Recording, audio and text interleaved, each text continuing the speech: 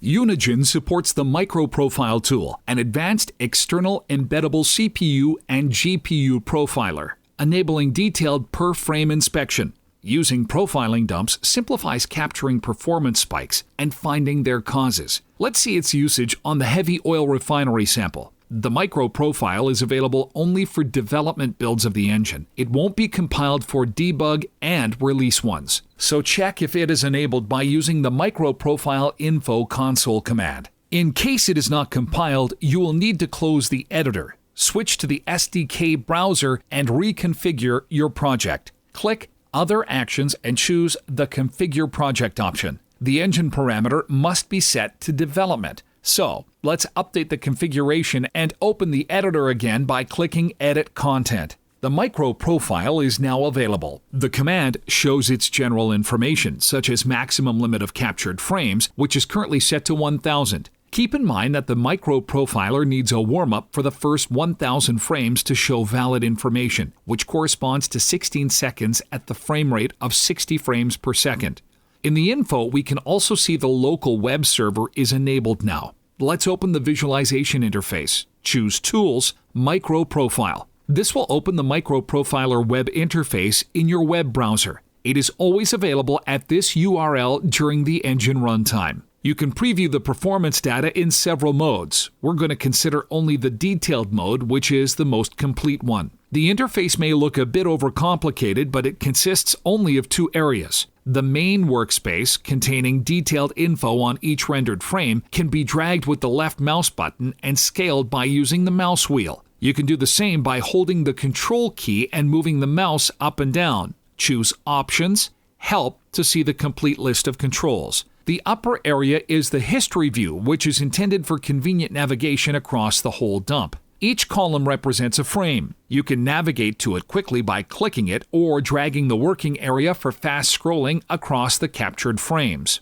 We need the last frames as they give the most relevant profiling data. Height of each frame's column indicates its rendering time. You can notice many spikes generated by such a heavy scene. You can adjust the scale by changing reference time, defining maximum column height via the corresponding menu. In the detailed mode, performance data is displayed in several threads horizontally. On the very top, the GPU thread is shown. The large stack below represents the main engine thread executed on the CPU side. You can manage visible threads via the corresponding menu item. Each function or thread is displayed as a separate colored region. Each captured frame starts with the update function. Here it appears as a bright green block in the CPU thread. Then goes the render operation, which corresponds to the doRender function performed on the GPU. The size of each region corresponds to its execution time. You can see that the GPU thread takes much more time than the CPU one. This means that there is a bottleneck on the GPU side due to very heavy rendering settings of our world. Rendering took 52 milliseconds, which is too much for a single frame. It comes from a simple calculation. If we need 60 frames per second, each frame must take no more than 16 milliseconds. Click on the doRender region to focus on it. Regions are displayed hierarchically, so a function called by the other function is shown just under the calling one. Each frame is rendered in accordance with the fixed rendering sequence.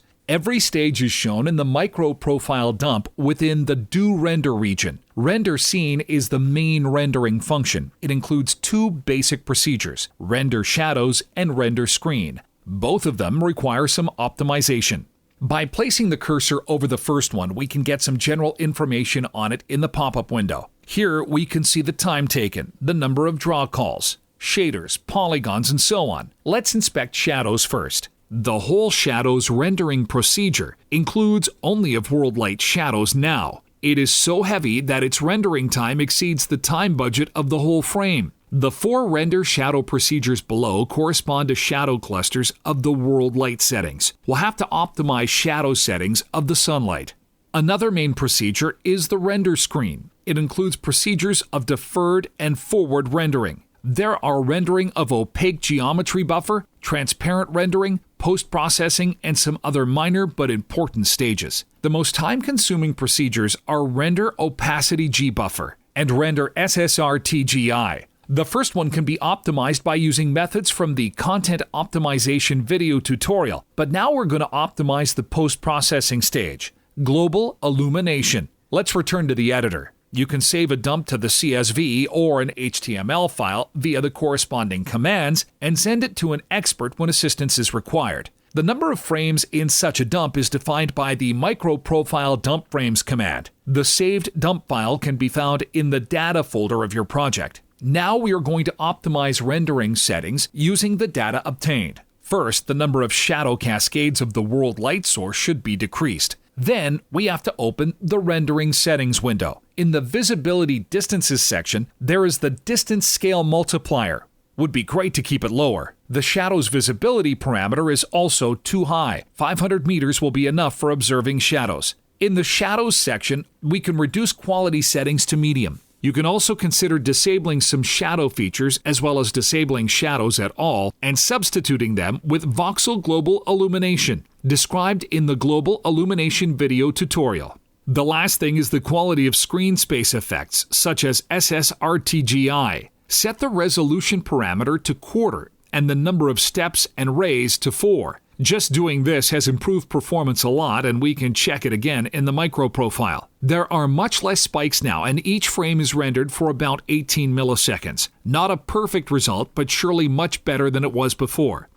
You can control the number of frames in the web dump via the MICROPROFILE web server frames command. It can be used to speed up dump generation since it will contain less frames. You can also choose how many frames to display by simply adding a slash and desired number to the URL. There will be only 50 dump frames. You can also use MICROPROFILE for your application's logic. Let's demonstrate it on a volumetric object, using the images sample from the default API samples included in the SDK. Open the application logic of the world and enable profiling by including the Unigine profiler header. Then, find a function or scope you want to inspect. Let's take this image update function as an example. It updates a 3D image every frame, so it might be a very consuming operation. In the very beginning of the function, we add a line and call the begin function of the profiler class, and also specify a name for this capture to be displayed. The profiling capture must be closed, so we have to put the end function in the end.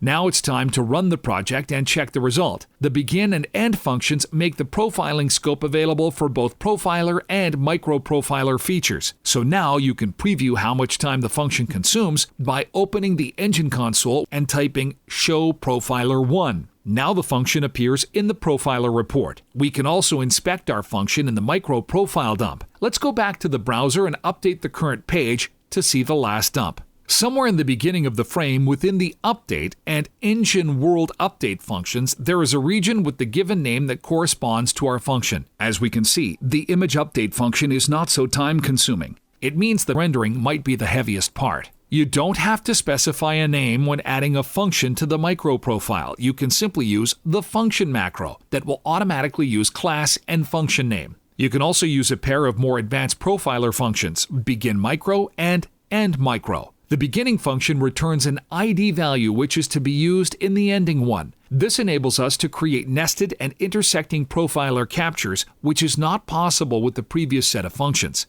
The functions are not available for the profiler now, but they are in the MICROPROFILE. The nested update function appears to be within the image update one, and we can see the time each one of them takes. Now you know the basics of using the MICROPROFILE tool. More detailed information on using MICROPROFILE for content optimization is the subject of other dedicated tutorials.